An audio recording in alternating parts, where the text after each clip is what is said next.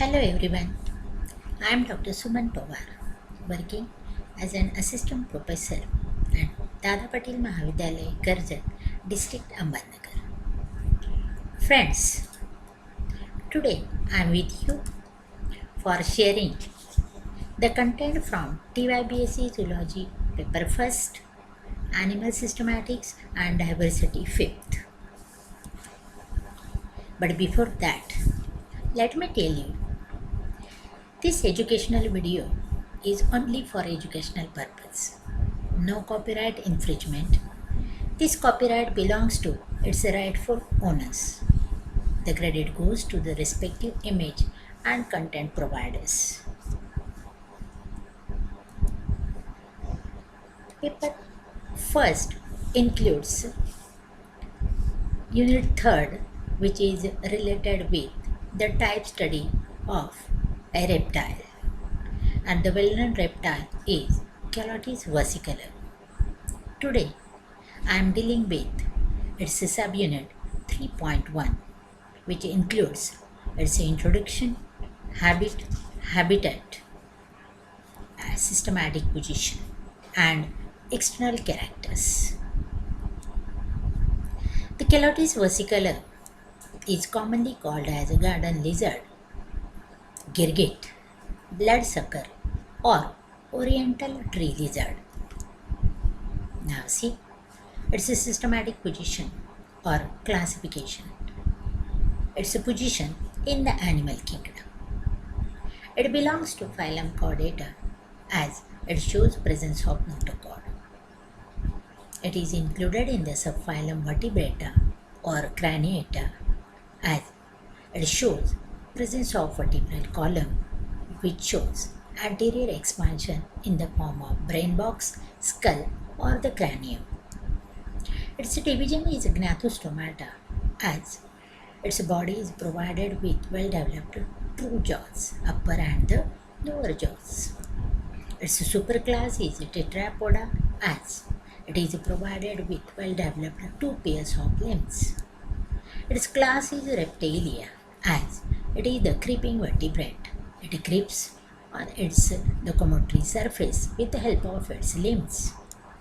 Its subclass is Diapsida as its skull shows presence of two temporal vacuities on either side.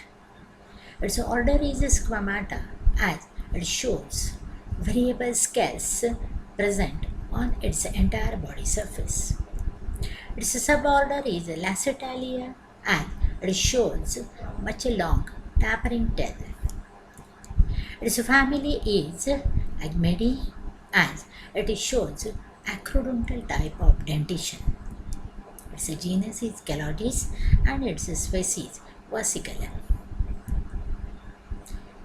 The family to which the Calotes versicolor belongs is Agmedidae, which has certain distinguishing characters, as the movable, convenient eyelids which are present in its representatives. The eyes are provided with round pupil. The dorsal scales which are present over the entire body surface of the representatives of this family are mostly imbricate, that is, they overlap each other and they form a continuous exoskeletal sheath. The members of this family's head shows unsymmetrical scales on its top. They carry broad, short, and thick tongue in their mouth. They show acrodontal type of dentition and the teeth are located superficially. They are arranged on the margins of the jaws. Their supratemporal fossa not roofed by the bone and it is not provided with the bony cover. This family Agmedidae consists of 19 genera, of which one is Calotes. See, this is the representative of this family and the well-known animal garden lizard or Calotes versicolor. Its anterior prolongation in the form of snout and it shows roughly triangular head region. The snout carries large transverse slit-like aperture, which we call mouth. Just above the snout, there is a presence of the paired nostrils, which are the organ of its respiration. Its eye is provided with a round pupil and movable eyelids. Behind each eye, it shows a transparent area, circular area, which we call tympanum, and it represents its hearing organ. Its mid-dorsal body surface provided with a spiny crest or neutral crest, which is made up of backwardly directed spiny scales. The lizard belongs to the genus Calotes because it shows the characters like laterally compressed body with either gray to brown coloration. It shows the presence of the spiny neutral crest on the mid-dorsal surface of its entire body length. The dorsal scales which are present on its body are uniform and regular. It shows presence of the naked tympanum, which is organ of its hearing. Its tail is long and slender. Tail of the male Calote is usually swollen and round at its base. It shows enlarged and thickened scales at the base of the tail. The species versicolor shows certain important characters like the scales present on the sides of the body are pointed upwardly as well as backwardly. A pair of conspicuous spines which are present above the tympanum on either side. See here, it shows red throat, and it can be the gular pouch or gular sac which develops during its breeding season. And here is the location of the conspicuous or the temporal spines which are located just behind the tympanum on either side of the Calotes. It's a geographical distribution. It is commonly found in India, Pakistan, Bangladesh, Malaysia and Sri Lanka. Most of the countries are the Asian countries. Its feeding habit, the Calotes versicolor, is an arboreal insectivorous lizard commonly found in the hedges and the shrubs because within these habitats it can find its food. Its habitat, it commonly found in gardens, jungles, but mostly prefers the plains.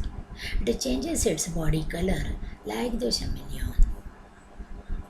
It is a day-active reptile, that is a diurnal, and usually shows its body posture like nods the forepart of its body up and down. It runs and climbs very fastly. Its head and neck turns red and its trunk becomes pale yellow when it gets excited in courtship with its female or when it is in threat. Hence, due to presence of its red throat, it is commonly considered as bloodsucker. The color change in the animal always remains under the control of temperature of its surrounding environment and the pituitary hormone. The color changing ability of these Calotes versicolor, it is a sort of camouflage which helps the animal to adjust in its surrounding environment and thus protects the animal from its enemy. During courtship, the male Calotes performs courtship dance before the female for its entertaining. The Calotes female is oviparous as it lays eggs and its young one develops directly from the eggs. The economic importance of Calotes versicolor. It is a non-poisonous reptile and mostly useful for the farmers as it feeds on the insect pest in the agricultural fields. It is also used as a study material in our laboratories. The external characters of Calotes versicolor. It has an elongated body which is slightly compressed laterally. See here, this is its elongated body and this is its lateral side which is laterally compressed, slightly compressed. Its entire body, see, this is the upliftment of its head region. Nod its forepart in upward direction. The body is differentiated into head. Here is the neck. This region is the trunk region, and from this region there is the tail region. The body is olive green or greyish from the dorsal side, whereas pale yellow or white yellow from the ventral side. During breeding season, the male Calotes assumes or it develops a brilliant red or scarlet color on its ventral side or in the throat region as well as in the shoulder region. And this is the identification mark to identify the male Calotes. Its body length ranges from 35 to 40 centimeter. The body of Calotes is divisible into 4 different regions, of which the head is the anterior region, next to head is neck, then trunk, and the posterior most part of its body is the tail. Let us see one by one. The head is nearly triangular and slightly depressed, showing anterior blunt end in the form of snout. The snout has a wide slit-like transverse aperture which we call mouth. On the snout and slightly above the mouth there is a presence of a pair of external nares which are the organ of its respiration. It shows presence of relatively small eyes which are provided with rounded pupil and well-developed movable eyelids. Each eye has its thick and upper eyelid, whereas its lower eyelid is quite thin, and there is presence of a third eyelid in the form of a transparent nictitating membrane. Due to location or position of its lateral eye, it shows monocular type of vision. Just above the eyes, there is a presence of a pair of folds on either side called supraciliary ridges. Behind each eye, there is a presence of a circular, semi-transparent, depressed area which is called tympanum, and it represents its internal ear, that is organ of hearing. The posterior region of the head and tympanum shows a pair of spines. These spines are directed backwardly on each side and they are also called as temporal spines. These spines are the diagnostic features of the Calotes. Entire head region of the Calotes is covered by different types of scales. These scales, they are different in their shape as well as size. The second body region is neck. Its neck is short and it is not much distinct externally, but it is well developed internally and it continues with the axial skeleton. The neck helps the animal in the movement of its head within a limited range. The neck is the connecting region and it connects the head with the trunk region. During breeding season, due to loosely fitted throat muscles, the male Calotes develops a gular sac.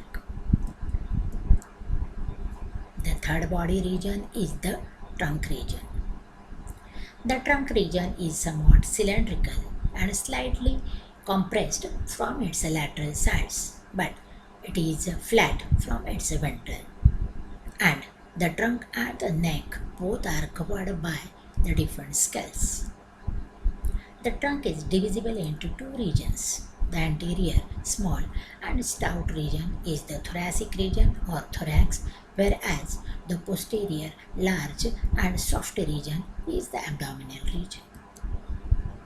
At the junction of the trunk and tail, there is a location of a transverse ventral slit, which is nothing but the cloacal aperture, which is a common exit for elimination of the digestive elements, the reproductive and the urinary contents. The trunk bears two pairs of stout limbs, that is the forelimbs and the hind limbs. The forelimbs, they are shorter and more slender than the hind limbs, and they arise just behind the neck. Each forelimb is differentiated into upper proximal, upper arm or brachium, the middle forearm, the wrist or carpus, the broad palm or metacarpus, and the five slender fingers or the digits, which terminates into a curved pointed claws. Its forelimb is provided with 5 digits, hence the condition is pentadactyl. But of these 5 digits from its forelimb, the third and the fourth digits are longer than the remaining digits. See here, this is its forelimb, which directly arises from the neck behind. This is the first digit, second, this is the third, this is the fourth, and here is the fifth. Of these 5 digits, the third and the fourth, they are longer than the remaining one. This is the peculiarity of the digits which are located in the forelimb. Likewise, here is the stumpy hind limb, which is also provided with 5 digits, and of these 5 digits, the fourth digit, it is much longer. Here is the fifth one. But this fourth digit is longer than the other digits. The hind limbs. The larger hind limbs, they arise just in front of the tail in Chilotes. Each hind limb is further differentiated into its proximal region, that is thigh or femur, the middle region, that is shank or crus, and the distal region, that is the foot. The foot further comprises a short ankle or tarsus, a broad instep or metatarsus, and 5 slender toes or the digits having variable size. And each digit from its hind limb, it terminates into a curved pointed horny claw. The hind limbs are also pentadactyl, as 5 digits are present in each hind limb, and of these 5 digits, the fourth digit is longer than the remaining digits of the hind limb. Its tail. The tail is the posterior most part of the body of Chilotes. The tail is cylindrical and it goes on tapering posteriorly. It is more than the twice length of the trunk region and measures about 23 centimeters. The tail is also provided with scales. Here is the diagram of Chilotes. We will see the external features. Here is the snout, which is provided with a slate-like semicircular mouth aperture. Behind the mouth, there is a location of the nostril. Here is the location of eye. Behind each eye, there is a circular patch, that is the tympanum. Here is the metadorsal nuchal or the dorsal crest of backwardly directed spines, which goes on decreasing in their length towards the tail region. Here is the short but wide neck which connects the head and the trunk region. Here is the location of the forelimb, which is provided with 5 digits, and each digit terminates into a sharp claw. The trunk region is also provided with variable scales. Here is the position of the hind limb. Again, each hind limb shows a pentadactyl condition. This is the rounded tail at its base, which goes on tapering towards its termination. Thus, friends, in today's lecture, we have studied the Calotes with respect to its introduction, systematic position, habit, habitat, and external characters. If you have any doubt about the content presented in this video, or you have any question regarding today's unit, you can kindly email on the given email. Thank you.